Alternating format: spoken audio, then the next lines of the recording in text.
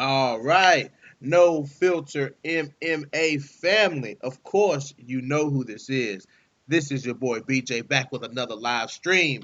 This time I am joined by my boy Taylor Loder from, of course, Winning with Taylor Loder. What's up, dude?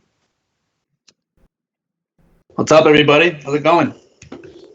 Man, it's a lot going on, dude. As these stories keep developing, man, I'm trying to keep up, man, but it's a lot going on right now, dude. I You know can barely fucking hear you. Amen. Amen. What about now, bro? Can you hear me now? Hello? Is that better?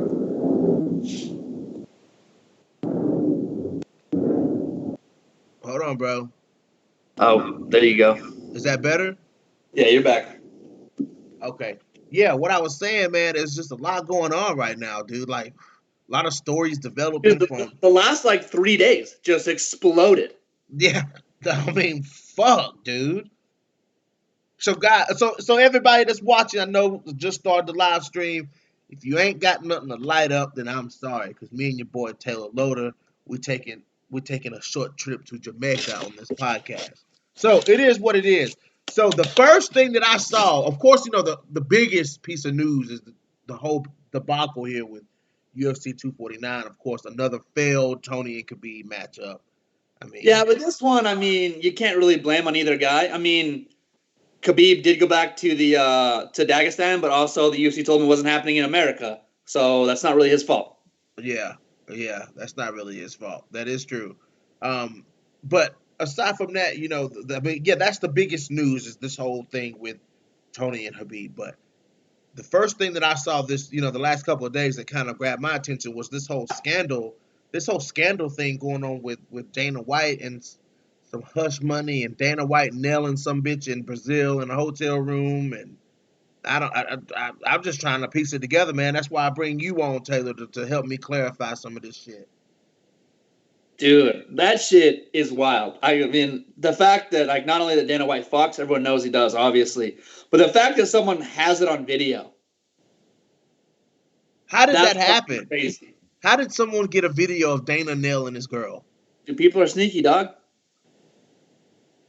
Maybe Dana White has really big windows and his curtains don't cover him all the way. I don't know. God Almighty, dude. So Dana White was nailing his girl, Yeah, and this dude was filming it, and then Dana White was gonna pay him hush money. and apparently the dude reneged on the deal, right? Something like that. Yeah. I mean, I keep hearing the word like extortion. Like Yeah, I no, keep hush money is extortion. If you pay someone money to keep secrets for you, That's extortion, bro. That's extortion. And it's Dana White, of course, like he does everything. You know what I'm saying? He just kind of brushes it under the rug and says let's keep moving here. And he's made this. I feel like this huge move in the UFC.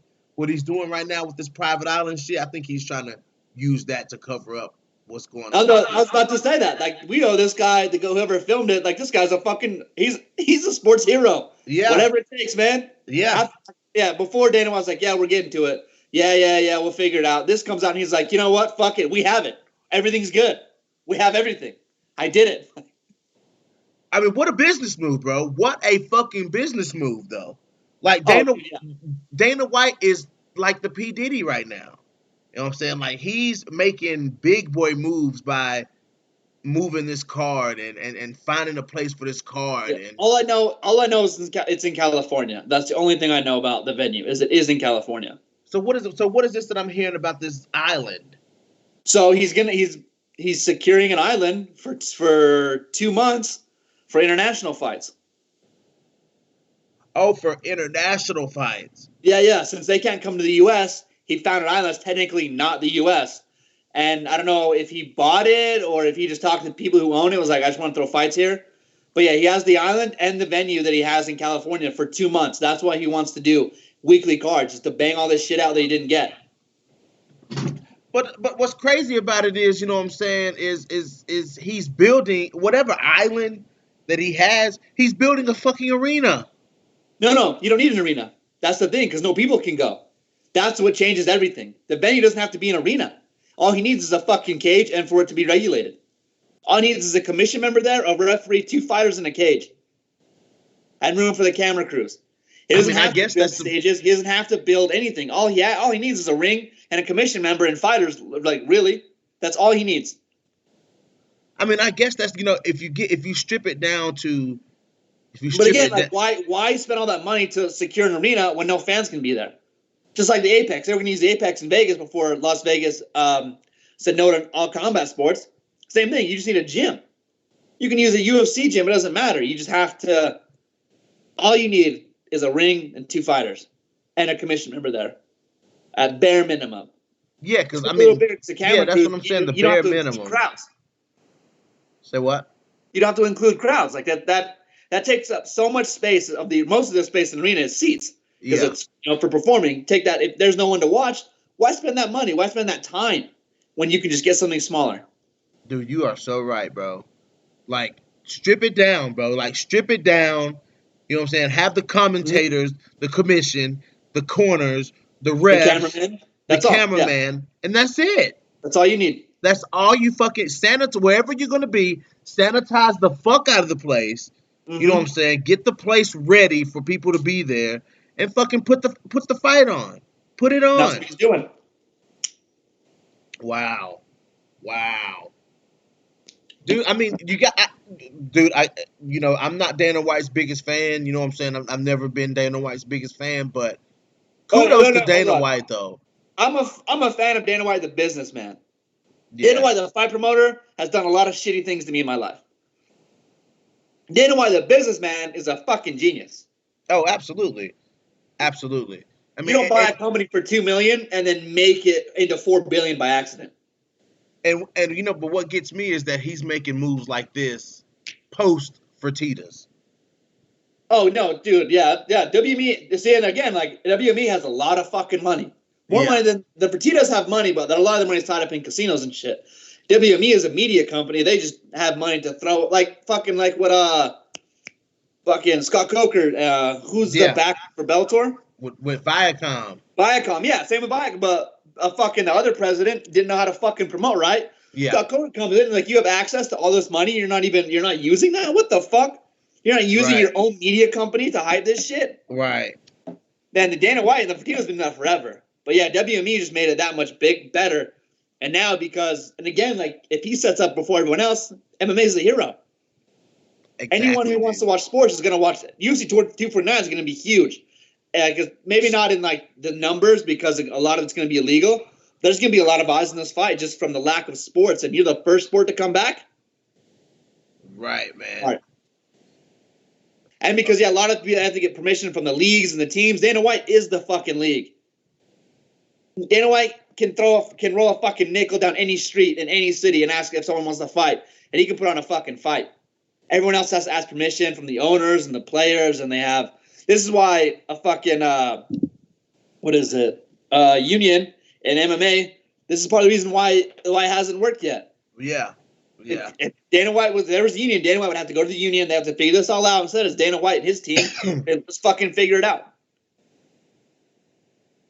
Dude, Man. MMA, the first sport to be full-time back. Like I he's mean, that's doing crazy. every fucking week. That's wild, bro. The sport, and if you think about it, Taylor, if you think about it, the sport that nobody really wants to watch. Yeah, no one in the mainstream world cares about MMA first. Yes. It's football. When football season's on, it's basketball, then hockey for the people up north. Baseball. Like I like baseball. That's more of like a Southern Texas thing. But like it's not regular sports fans number one. I've been waiting for this shit since the last fucking card with fucking Oliveira and Lee. Yeah. But yeah, this is gonna be the first sport coming back. So people are gonna watch it just because they haven't seen sports in forever. Yeah. That's true. That's true. But then again, you have to tip your hat and give kudos to Cage Warriors. You know what Oh I'm no, they didn't give a fuck either. saying? They didn't give a fuck either. They Yeah. just kept it going the whole time. Cage Warriors was like, fuck yes. Let's see here. We got some comments in the comment section. Let's see. Let's see. Marcus Bell says Lex Luthor doing sex tapes. I mean, Yeah. I don't know if Dana White has something to do with this sex tape, or I don't know if Dana White filmed it was just for him and his wife, him and Oh his no, it's not his wife. It's girlfriend. his girlfriend. She's a stripper in Las Vegas. Oh yeah, not his wife, not This, his this wife. hey, I was reading this is back from 2015, so this is a minute ago. The dude's been sitting on this for a minute. Oh really? Yeah. The recording is from. It's not new. It's from 2015. Oh So the wow, dude's been sitting on this for a hot minute. wow. See, I didn't know that the tape was back from 2015. I didn't know that. I Yeah, it's didn't not know. new. It's probably Rousey. No, she's a No, stripper. I'm I just looked. I joking. checked just in case. Taylor said I checked just in case. But you know what great timing for Dana White though.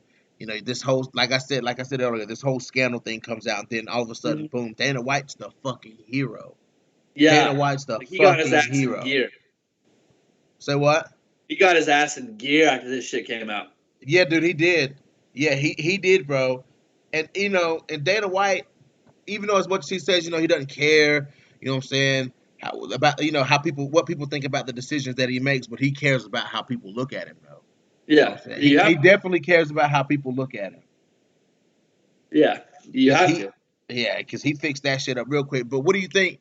Okay, so let's move on to the actual UFC 249 card.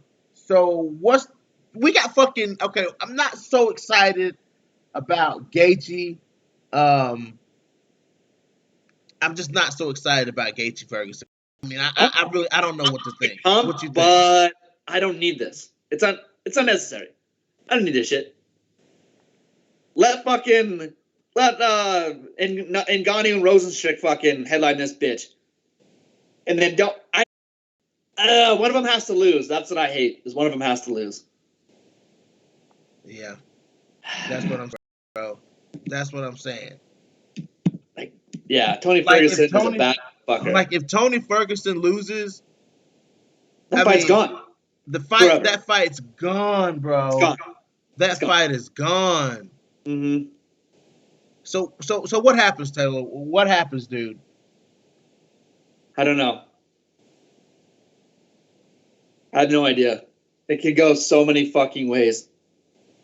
I mean, Justin Gaethje's a good opponent, and I've always wanted to see Justin Gaethje get into title contention for sure because I like Justin Gaethje, I love but Justin there's Gaethje. a time for Justin Gaethje though. There's a time for Justin Gaethje, and this is not Justin Gaethje's time. No, he's after Tony. Yeah, Yes, I don't need this fight at all. me either, bro. I could actually go without seeing Justin Gaethje. What's up, guys? I want to welcome in my boy John from Bloody Canvas MMA. What's up, John? I'm gonna add him in on the line. What's What's going popping? on? How you guys doing? We're good, man. We're good. Me and Taylor just talking about. We just moved to Gaethje versus Ferguson. And I Ferguson. was like Taylor. Me and Taylor were saying, we all want to see Justin Gaethje do well for sure. We all want to see him do well, but it was he was maybe a couple more fights away, I believe. You know what I'm saying? I believe he was a couple more. It's not his time right now. His time is, I mean, the time is Khabib and Tony. It's not Justin Gaethje's time. So if Justin Gaethje wins this fight, it just kind of throws a brick in the machine. I don't, it just fucks up how this lightweight division was moving. We have right now is the time where we have to see Khabib versus Tony by any means necessary. That's how I feel. Yeah, I mean it's hard to disagree with you. You know, if there was no Tony Ferguson, I'd be more than happy with Justin Gaethje getting a title shot, right? Right. Like if there Yeah, was no Tony either Ferguson, Either way, I just don't want them to have to fight each other. you don't want Ferguson and Gaethje? Yeah, no, because if Ferguson loses, good luck trying to get Khabib to take that fight. Right. Do you guys watch The Office? This is Fuck random. yeah, The Office. All right, so I was saying that this fight is like Scott's tots when when he pays for the kids' books but not the college tuition, where it's like, if you had told me, just like from a pure, like, take Khabib out of the equation and we were getting Tony Ferguson and Justin Gaethje, like, I'd be all for it. Like, this is an incredible fight, like, unbelievable. But when you've been promised Tony Ferguson and Khabib for years, it's like, this is kind of like a little bit of a letdown. But at the same time, it's a great fight inside the octagon by all means, and like, it is what it is. We kind of just have to roll with it. And from part of me is, just kind of like hopes Tony wins just because I want to see that fight, but it just kind of feels like at this point, like, that's just not in the cards. It's craziness. It's craziness. Yeah. If this hadn't been the sixth time we were supposed to get Khabib and Tony, I wouldn't be so upset. Right. Like, if this was like even the third time, I'm like, oh, I'm fucking pumped for this fight. But the fact that it's happened 5 times, like, how many more chances are we gonna get at this? Right. That's my, like, it's, and I want Tony Ferguson to win because that's my boy. A1 since day one. And he was my first pick. He was Lesnar's first pick. But yeah, like, this is, if this ruins that, I don't think I'll ever emotionally recover as an MMA fan in my life. It'll be and tough. like they were saying, last time when Khabib fought McGregor, that him and Tony Ferguson were in the same building healthy, and he fought fucking Anthony Pettis. Like Tony Ferguson. That can't be held against either fighter, because that was a UFC Conor McGregor move. Yeah. Tell me, if Tony Ferguson given the chance to fight Anthony Pettis that night, or Conor McGregor, or Khabib Nurmagomedov, he'd pick Anthony Pettis. That was a UFC move for Conor to get some money. Well, I think so. Yeah. Yeah, there was no way Tony was going to fight Khabib that night. But just because Conor McGregor.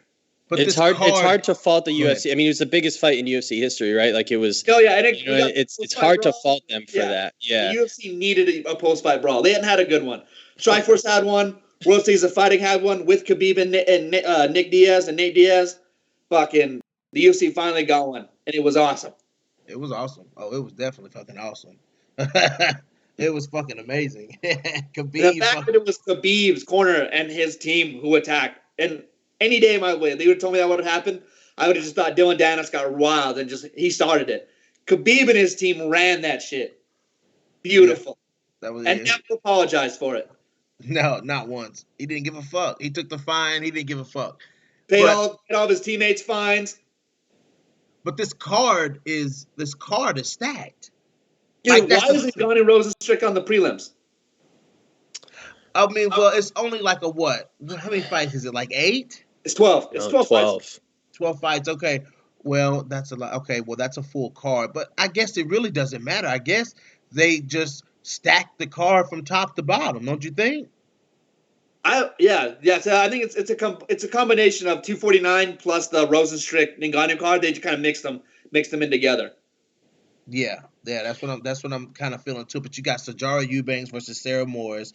You got Andrade versus Namajunas 2. Then you've got Sam Alvey on this card. I mean, it's a Vicente Luque. Yeah, Vicente Luque on this. I mean, it's a solid fucking card. It's a great card. It's a solid card. Yeah, I'm with it. Like, I'm definitely with it. I have an off-topic question real quick. Go ahead. Who do you guys hope Tyron Woodley fights? Colby Covington or Leon Edwards? Colby Covington, bro. Yeah, I would agree. Colby Covington. Who do you think wins? Tyrone or Covington? Ooh.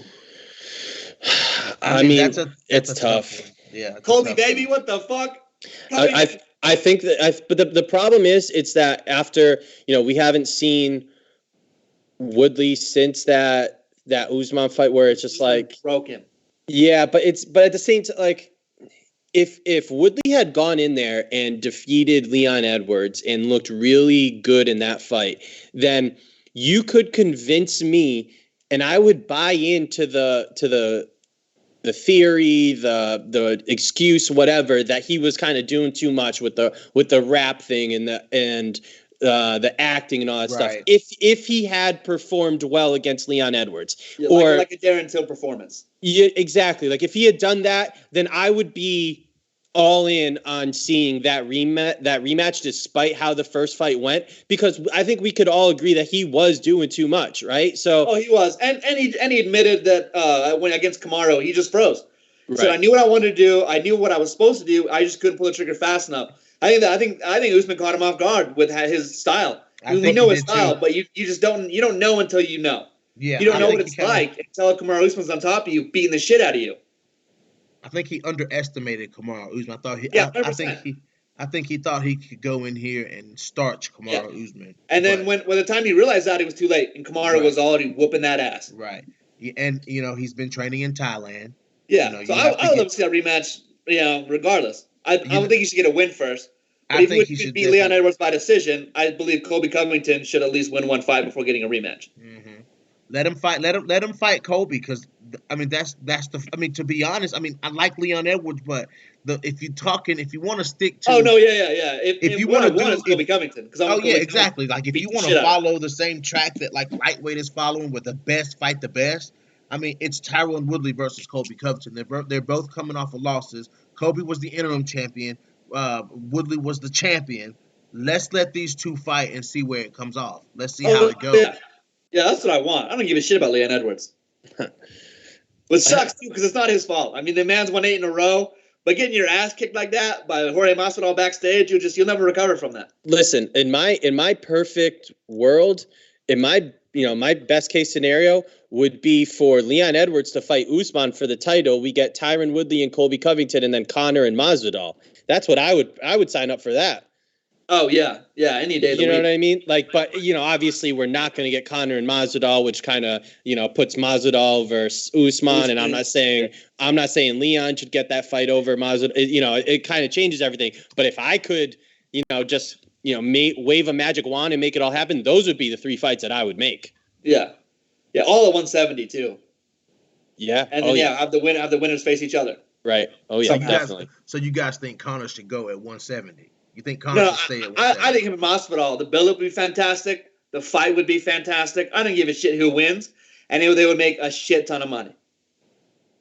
I think he's going to fight Nate Diaz, though. I think that's going to be the fight he makes now, because Justin Gaethje's not there. Nate Diaz's next fight is going to be Conor McGregor. I don't think Conor McGregor's next fight is necessarily Nate Diaz, but Nate Diaz's next fight is Conor McGregor. Who do you think Nate fights or Conor fights next then? I agree with Conor fighting. I think Conor should fight Jorge for the 170 pound. For the BMF title. Mm-hmm. I think. I want to see that shit. And if Conor beats Jorge for the BMF title, then that can kind of set up like, Conor was a champion. Now he's the BMF champion. They could use that BMF champion to spearhead a fight between him and Usman for the 170 pound belt. He'll be the next Triple C. He could be the triple. Yeah, he'd be like Conor could. That could be a pathway for Conor to make history again and actually become relevant again. He better be smart enough to understand that Usman would mop the fucking floor with him. Oh, absolutely. Absolutely. I know. We know that. I hope Conor is not dumb enough to believe that he could go in there and survive with Usman. Conor is his best case scenario is for Masvidal to knock out Usman. And then he goes up for the 70 belt. Because he could beat Masvidal. Masvidal's lost to 55ers before. He fought most of his weight class at 55. But also, Masvidal, at any time he wants, can take it down and grapple the shit out of him. But Masvidal, dude, I don't know if Conor. But I don't know if Masvidal's ego will allow him to do that. Jorge Masvidal throw hands with Conor. Yeah, but Nate Diaz is not a powerful striker, and Nate Diaz is a volume striker. But Nate Diaz was able to hang in there with Conor. Jorge Masvidal is going to hit Conor with something that Nate Diaz didn't hit him with. That was back when Conor was trying to fight at 45 and 55. Now he's only at 70 unless it's a title fight. That's different eating habits he's been doing for years now. Him versus Nate Diaz back then when he was floating between 45 55. Not the same Conor 170 you're getting now. Okay. Yeah, I agree with that. I just think that, it's the best case for Conor if Masvidal has the title, because he first of all, it's a bigger fight. And second of all, like, it's possible that Masvidal just strikes with him and Conor can catch him, obviously. That's what I was saying, that Jorge's ego is not going to allow him to take Conor down. He's going to get in there and throw hands. Masvidal can knock Conor out too. Like, don't get me wrong. No, but I'm saying, like, that's just like his best path to victory, in my opinion. Yeah. If Masvidal could win the BMF title over Nate Diaz, stop Kamaru Usman, and beat Conor McGregor, that has got to be the best 18th-month stretch of anyone's career ever. Legendary. But I don't see Conor. I don't see Conor be like, if Conor was to get serious about 170, and really start fighting at 170. I don't see Conor. And Conor's big at 170. It's kind of crazy to see that, but that's what I'm saying. That's what I'm saying. It's a different Conor now. If you look, he's bigger than he was against Nate Diaz the first and second time. Yeah, he's a big dude at 170. That's a thick motherfucker. Yeah, I noticed it when I was watching the Cowboy fight again the other day. Yeah, that's what I was getting ready to say. I think a lot of people still have him down like as a featherweight. And you look at him like, no, that boy is filled out now. Yeah, dude. Yeah, like I see, like in there with Cowboy. Cowboy's fought more at 170 than Conor. Cowboy's body is more acclimated to 170 than Conor. Conor looked huge. And Conor looked huge compared to Cowboy. I was like, wow. But when you think about, Cowboy is kind of a smaller 170er anyways. But when you look at like Tyron Woodley and Tyron Woodley has incredible reach. You know what I'm saying? Like, when you have fighters like that, man, and Cowboy, Woodley could take him down. Everybody in the top 5 at welterweight can take you down and beat you the fuck up. And that's Conor's weakness. Like, 170 is full of motherfucking wrestlers, bro. The top 5 at 170 is all state level, high level, the highest level wrestlers pretty much. You know what I'm saying? So that's Conor's kryptonite. We know that. So how serious could Conor really get about 170? What's crazy is that Conor's fought at 170 in the UFC more than he's fought at 155. Yes, he has. We consider him a lightweight, but he's only fought at lightweight twice in the UFC, which is kind of preposterous, It's both times, but we consider him, but we just consider him a lightweight, and I guess he, at the end of the day, I think that's fair to say. But at the same time, he's fought 3 times at 170 and only twice at 155. It's just, it's hell, man, it's his world. Like, whatever he wants to do. He even said he's not fighting 55 again unless it's for a title. But he hasn't fought. But he hasn't fought welterweight for the rest of his fighting career unless it's for a title shot. But he hasn't fought a legit welterweight. He fought lightweights. Mm. He fought Donald Cerrone, and he fought Donald Cerrone. Nate Diaz was a good test. The second fight, just for the size of Nate Diaz and the pressure to be able to. Conor did get tired in that third round, but also, he was still game in the fourth and fifth enough to win one of those rounds. Yeah. So I think I'm interested to see what the conditioning is like, because Nate Diaz has great cardio, and Conor was able to hang in there for 5 rounds. I know he's not. I know that he's not at the top of the food chain anymore, Nate Diaz, but still being there and survive that pace and win a fight like that. That's props to Conor. Yeah. So, but I'm interested to see how his conditioning is now. Because you got guys at 170, man. That if he was, let's say Kobe was to fight Conor, you know what I'm saying, and Kobe, chooses to stand and trade with Conor, you know what I'm saying. Kobe's bigger than Conor, you know what I'm saying. But Conor, has a a power advantage over Kobe, but somebody with that kind of a stamina, you know what I'm saying, that kind of a gas tank. Yeah. If Conor McGregor had better conditioning. Say that one more time. Could you imagine if Conor McGregor had Diaz level conditioning? How fucking scary that would be. Right.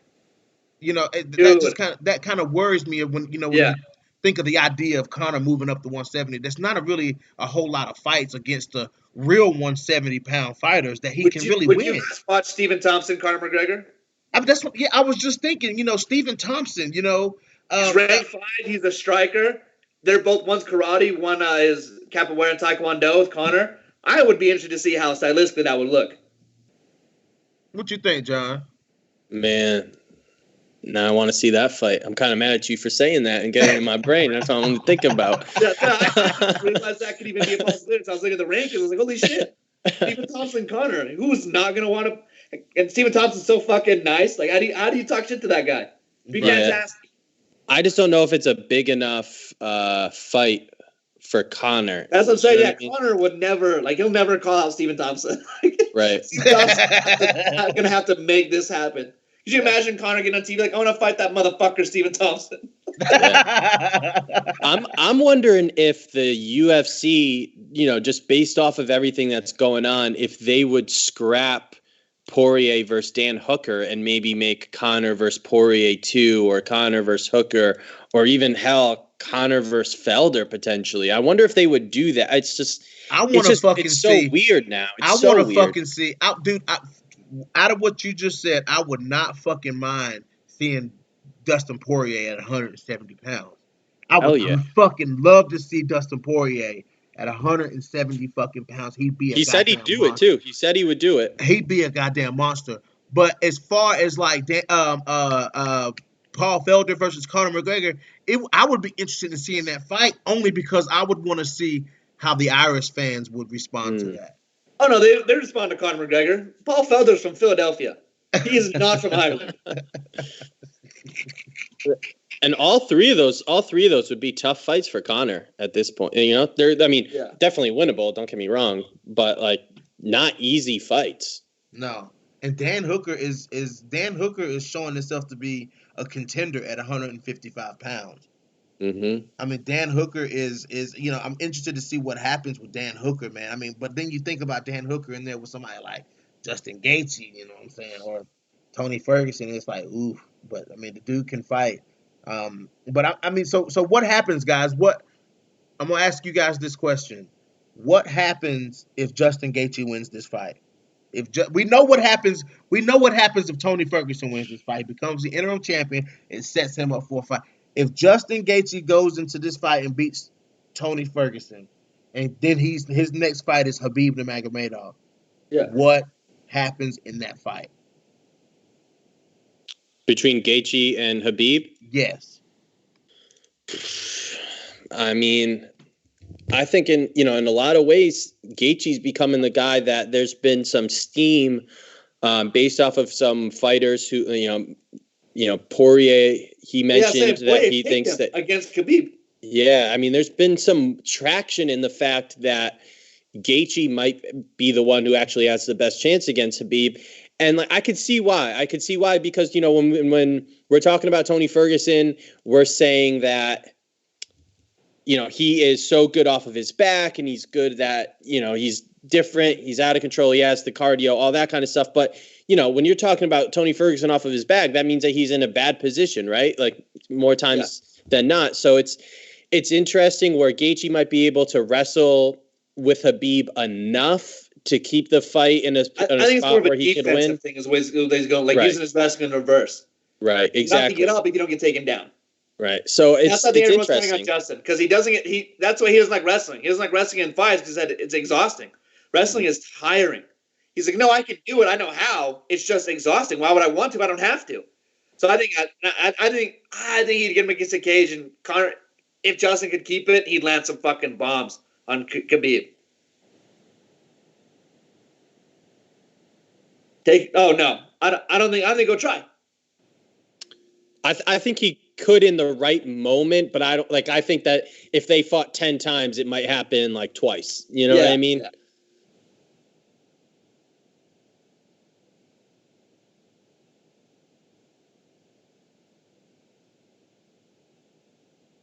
Which is why his conditioning's so good. He just lives his normal life.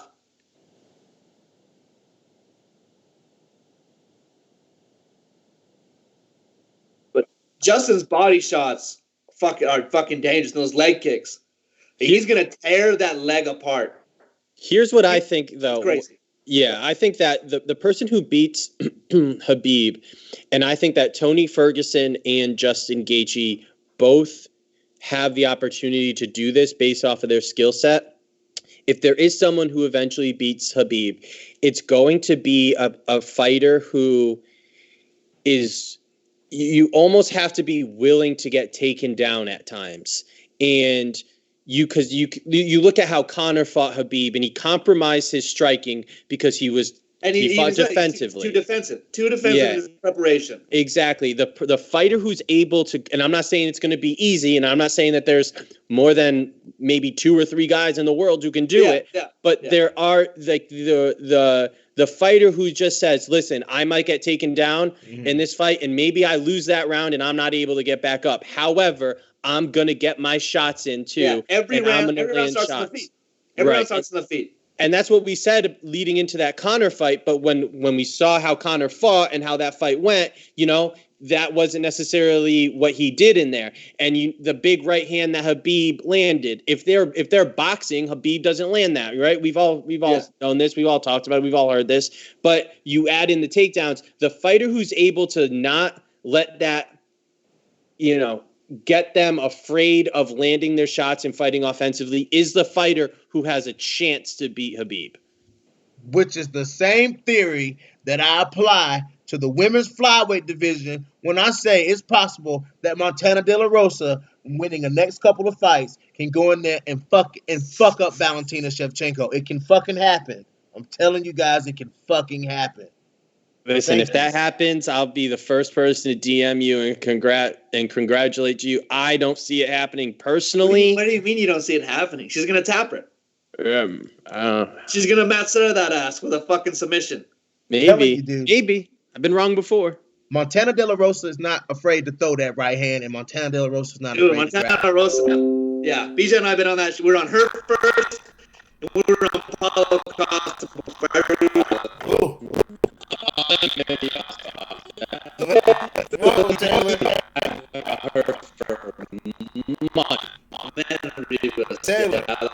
Taylor, bro, your audio is fucked up, buddy. Your audio is fucked up, buddy.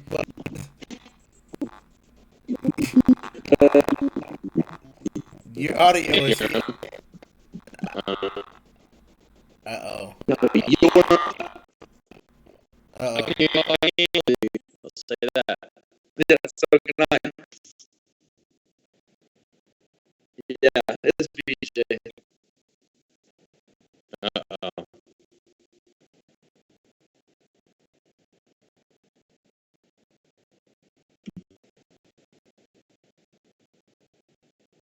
Yeah, we've always been able to hear you. It's your audio that's fucked up.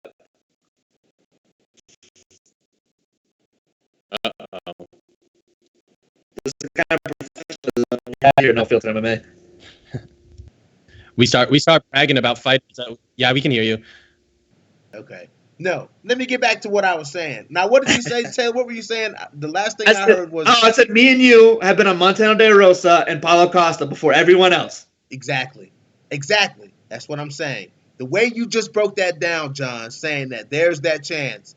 There is that chance. De La Rosa is a high-level wrestler who has a very powerful, has a solid striking game. I'm not going to say she's a world champion Muay Thai level striker, but she fucking throws bombs on the feet, yo. And it's fucking Muay Thai. It's MMA. Exactly. If Montana De La Rosa can land that right hand and push Valentina up against the cage and fight Valentina the way Montana De La Rosa, I don't know what the fuck she was doing in there with KGB, but I know that this shit. I know with her style, that's the type of style that can go with Valentina Shevchenko. Look how the fight with Juliana Pena happened.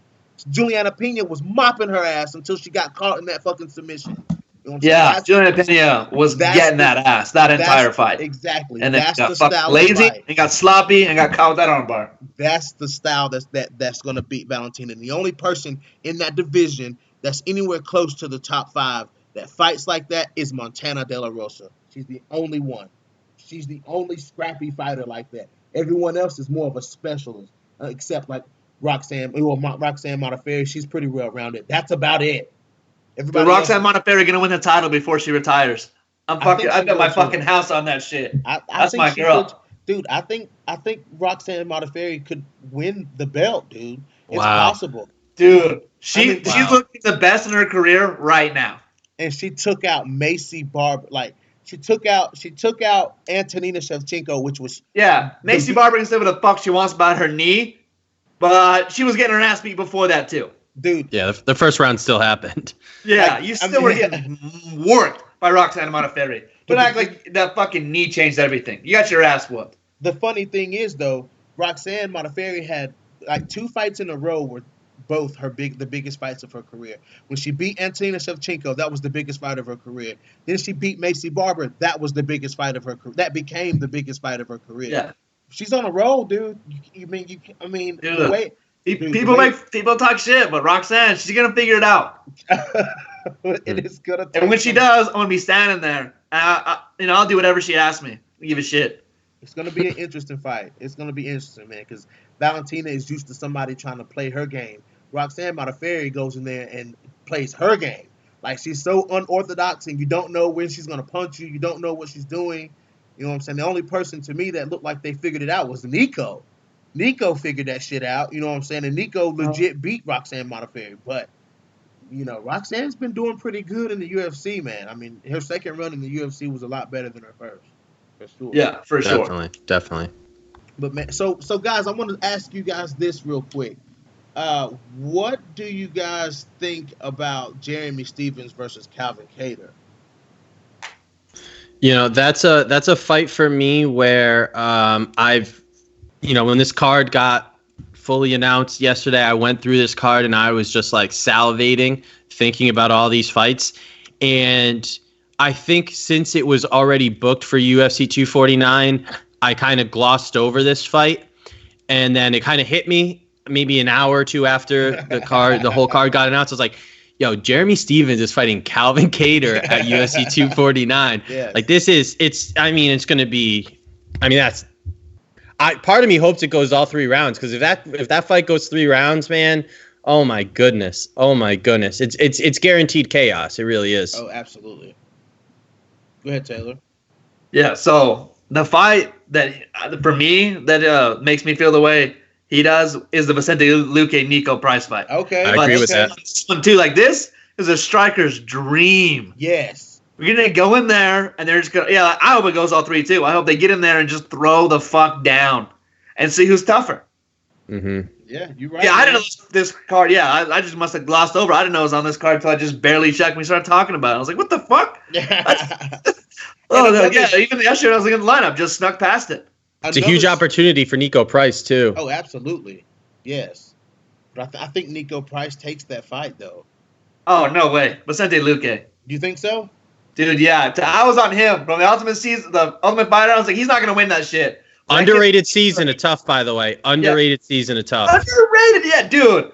When the whole ATT gym is just screaming, ATT, ATT. Dude. When Luque fought Haider Hassan in that final fight thing, that's for all the points, all the money. Yeah. That's crazy. Like, if I could be at one tough fight ever, it would probably be Stephan Bonner and Forrest Griffin, just to be there and say I did that. If I could be at 2, then number 2 would be Haider Hassan and Vicente Luque, Black Zillions versus American Top Team. That atmosphere was incredible.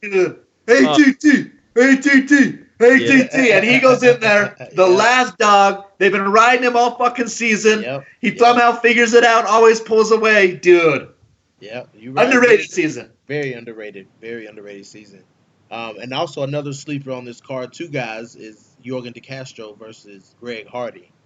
Mm-hmm. That's a sleeper fight too, because this is Yorgan. I follow Yorgan De Castro on Facebook, and I've actually spoken to him plenty of times.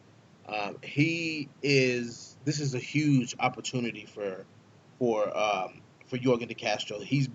They put fighters in front of Greg Hardy so Greg Hardy can beat them. You know what I'm saying? And Yorgan De Castro is not that fighter. He's not that fighter that he's a sleeper like Jairzinho Rozenstruik. You know what I'm saying? Like, this guy can put Greg Hardy the fuck out. But Greg Hardy has taken shots from heavyweights, man, and he's made it through those shots. He's ate a lot of shots. His chin is proven to be pretty good, but Yorgan De Castro is a knockout artist, dude, and he can put Greg Hardy to sleep. So I'm interested to see but Greg Hardy, I have to say, Greg Hardy looked good in there against Volkov, but it wasn't enough. Yeah, I completely agree. This is, in my opinion, this is the first real test for Greg Hardy because when he fought Volkov, it was on short notice. No one expected him to win. Right. It was like Basically a free paycheck. yeah, exactly. Right. No one's criticizing Greg Hardy for losing that fight, right? But like now this is a winnable but very difficult fight for Greg Hardy. So it's like that first like real true test where we're able to gauge who he is as a mixed martial artist. And yeah, man, Yorgan De Castro, big Contender Series signee last year, made a really big impression when he fought at 243 in his debut. I love this fight as well. I love it as well. Yeah, I love this fight, man. This is. I mean, you got to throw a good heavyweight in there, man. It's going to be a good one. So I'm excited for 249. It's not the card we wanted, but it's the card we're getting, and it's a solid card. I gotta say it's a solid card, guys. But before we close this show out, I wanted to ask y'all, what is the deal with this dude breaking into Anthony Smith's house and being able to, I mean, to stand there and get beat up by Anthony Smith and continue to fight this guy? What in the fuck happened? What was this guy on? He had to be on something. He had to be. He had to be to stand there with a fucking legit light heavyweight contender, trained mixed martial artist who's probably weighing about 230, 220. You know what I'm saying? And you taking elbows, knees, and punches from this motherfucker, like. And he said the dude still kept fighting. Like, what the fuck? And like Anthony Smith said, he's in camp. He's in, you know what I mean? Like he's in shape right now. Yeah, like this is crazy. This is fucking wild. Like this dude could have had coronavirus. Like he could have put Anthony Smith at risk. You know, Anthony said there was blood all over his house. You know what I'm saying? Like that's serious. You know, I mean that's really serious. Yeah. Did you guys watch that interview last night or today? I didn't watch it. I read about it. Okay. Did you like last night or today though? Because I did last night and I was like there was like a few minutes where I was like, man, I might just stay up tonight and not go to bed. And like I kind of like had like that little moment. It was like kind of like scary for a second. I mean, you know, I toughed it out. I went to bed, but you know, it's a scary story. Like it is like legitimately very scary. Yeah. That's a scary story, dude. That really is a scary story. And for him, you know, good thing that he heard somebody in his house, because who knows what that dude could have, if he would have caught Anthony Smith off guard, you know, and there's no telling what that guy could have done. Good thing that, you know, he was up, you know, because his kids live there, you know, his wife, his mother-in-law, like, you know, people live with Anthony Smith, you know, people depend on him, so they're all there in the house, you know, but this dude barked up the wrong tree, you know, that night for sure, because I'm pretty sure Anthony Smith fucked that dude up. I'm sure he fucked that dude's world up. I'm pretty sure there's gonna be pictures of this dude come out, and I can't wait to see him. Yeah, me too. What do you think he looks like, Taylor? What fight do you think this guy's face looks like? Yo, Taylor. What's up? I said, what fight in the UFC do you think this guy's face looks like that Anthony Smith beat the fuck out of? Oh shit, I don't know, cause it's hard to. I don't know. I have no idea. Probably like I imagine like a mix between Joanna after the Zhang fight and Cerrone after the fucking Tony Ferguson fight. Yeah, somewhere between there. Maybe with a mix in of like Alistair Overeem against Rosenstrike, like a little bit of that action too. Yeah, somewhere around there. But that fight also is a sleeper. I don't know how that fight's gonna go. That's a complete toss up. I don't think if somebody had a gun to my head and said you fucking choose, I'm gonna have to say Ngannou. And the reason I say that is because I feel like Ngannou gets it off quicker than Jairzinho Rozenstruik. Now, even though Jairzinho knocked out Alan Crowder that fast, Alan Crowder was already kind of chinny anyways, and he took that big knee from Greg Hardy, so you know Alan Crowder was kind of chinny anyways, and he knocked him out. But it took him 5 rounds to knock out to finish Alistair Overeem. You know, where it took Francis Ngannou less than a round. You know, so I feel like Francis Ngannou throws I think they both have that power, that Derek Lewis level power. But I feel like Ngannou fires first. Yeah, I got Ngannou. Yeah, I got Ngannou winning that fight. Yeah, me too. I mean, Jairzinho Rosenstruck, his striking is very elite level. You know, he could And go in. he's gonna get there. He's gonna get there one day. I mean, I think he could go in here and he can't keep the distance. I mean, he can't fight at a distance because he doesn't have the reach advantage. You know what I'm saying? So I mean, he's gonna have to. Woo, dude! Like I mean, it's Francis. Imagine being Jairzinho and they're trying to close the distance on Francis Ngannou. No, And thank you. yeah. No. I mean, fucking hey, he's not like he's good, but he's not Stipe, bro. He's not Stipe. Yeah. So I mean, I don't know. That fight's kind of up in the air for me, but I'm excited. UFC 249 is going down. We're getting MMA. We're getting fucking MMA, and that's all that matters. Yeah, I'm excited. I'm excited. Yeah, fuck yeah. Well, guys, we're gonna go ahead and bring this motherfucker to a close. Had to get on real quick and update the world. You guys go and follow my boy John at Bloody Canvas MMA. Go follow my boy Taylor at Winning with Taylor Loder. And of course, guys, hit that like button, hit that subscribe button. And we getting out of here. We out, boys. Later. All right, Later. fellas.